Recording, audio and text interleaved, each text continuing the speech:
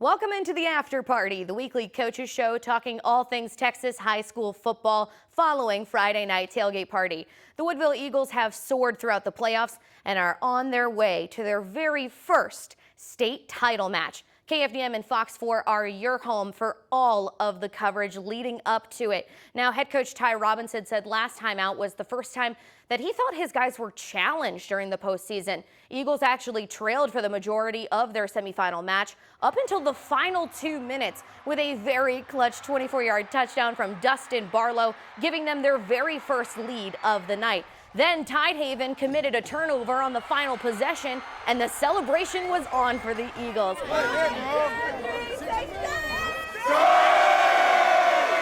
Hey, let's go over to Woodville and check in with Coach Robinson, who said he couldn't be more proud to head his team and to his first state title game.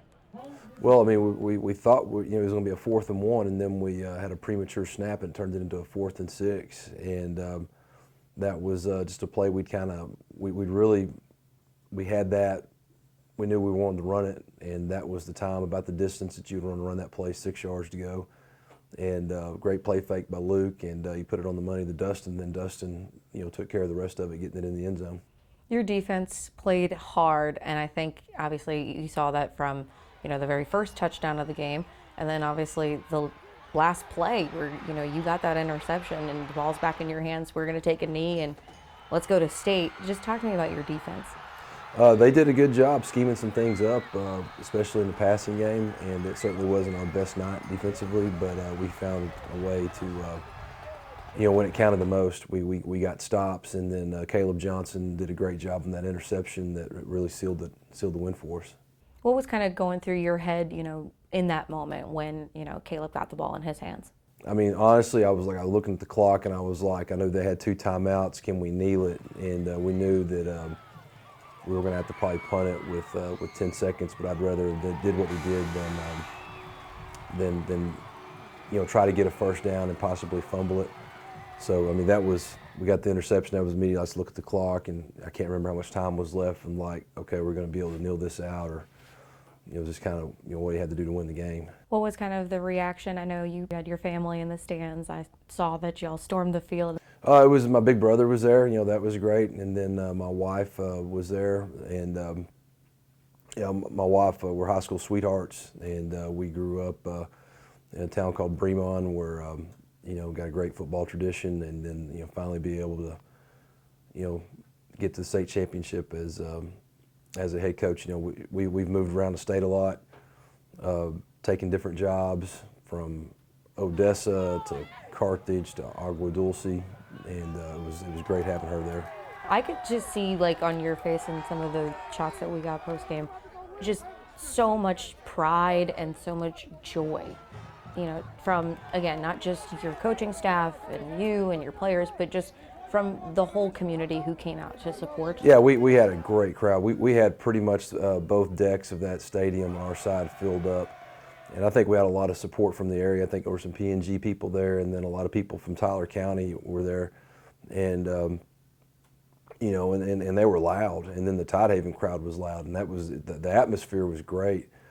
But, to be able to do this with our school and our community, has been that was great, seeing the pride and all the parents, and then the fans, and then my players. That was special. I think sometimes it's not always about the reward, it's about the process to get there. And I think for you, it's been quite a process. You inherited this team in 2016? 16. And I think the foundation that you all set, I think, is what's been able to lead you to the success that you've had. Well, there were a couple, right after the game was over with, talked to a kid named Chris Castle and Matthew Wagner, and they were seniors my first year here in 2016, and we went 10-2 that year, and those kids completely bought in, that first senior class I had. They bought into everything that we were doing, and they were very much had a hand in playing to where we are right now, just because they laid the foundation of the program. And I think it's there's some validation for a lot of our old players and coaches that have helped get us to this point. Looking ahead, obviously preparing this week, what kind of work does the Eagles need to do to be able to put themselves in the best position for Gunter? I mean, Gunter, they're a machine. I mean, they've been to semifinals 9 years in a row. I know they've won, I think, 4 state championships. They're an absolute machine.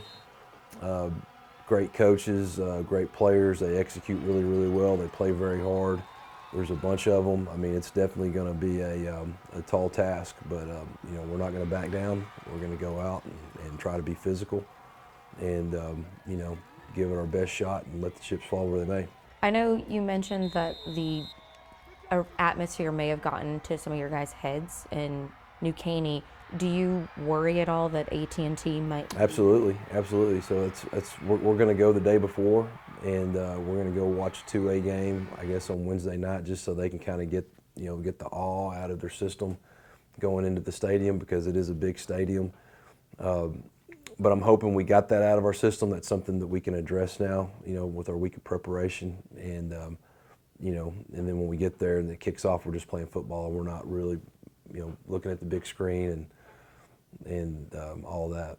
You know, when I was talking to Jacob Hyder last week, he mentioned that you guys focus a lot on special teams in your preparation. Talk to me a little bit about what you guys are planning on working on there. Well, I mean, kicking game is critical, because you know, field position is going to play a big factor in whether or not you win or lose a game. And a lot of times, field position is going to be dictated by how you do in the kicking game. Punt returns, punts, kickoff returns, kickoff team, and that was a big thing that really in the first half of the game last week, they kind of dominated the field position. And then in the second half, when we had some good returns and our coverage was great, we kept the ball on our side of the 50 most of the time. And a lot of people sometimes neglect kicking game, but we really, that'll be the first thing we do tomorrow. It'll be the first and last thing we do tomorrow. Maybe not getting too far ahead of myself, but what would it mean to you to bring back a state title, not just to Woodville, but to Tyler County? I mean, that would be, it'd be a dream come true. That's something we talk about all the time. You know, we don't want to, you know, we're not looking for participation awards. We want to be the best. And we put ourselves in this position, and we just appreciate all the support in the 409 area code. And, you know, hopefully we can put our best foot forward and represent the area well on Thursday. Full episodes of The After Party with Kierstin Lindkvist are available on our YouTube channel. So if you missed one this season, be sure to hit the playlist and go back and watch them. That's all from me this season. We can't wait to cover the Eagles in their very first state title game. All of your coverage right here on KFDM and Fox 4.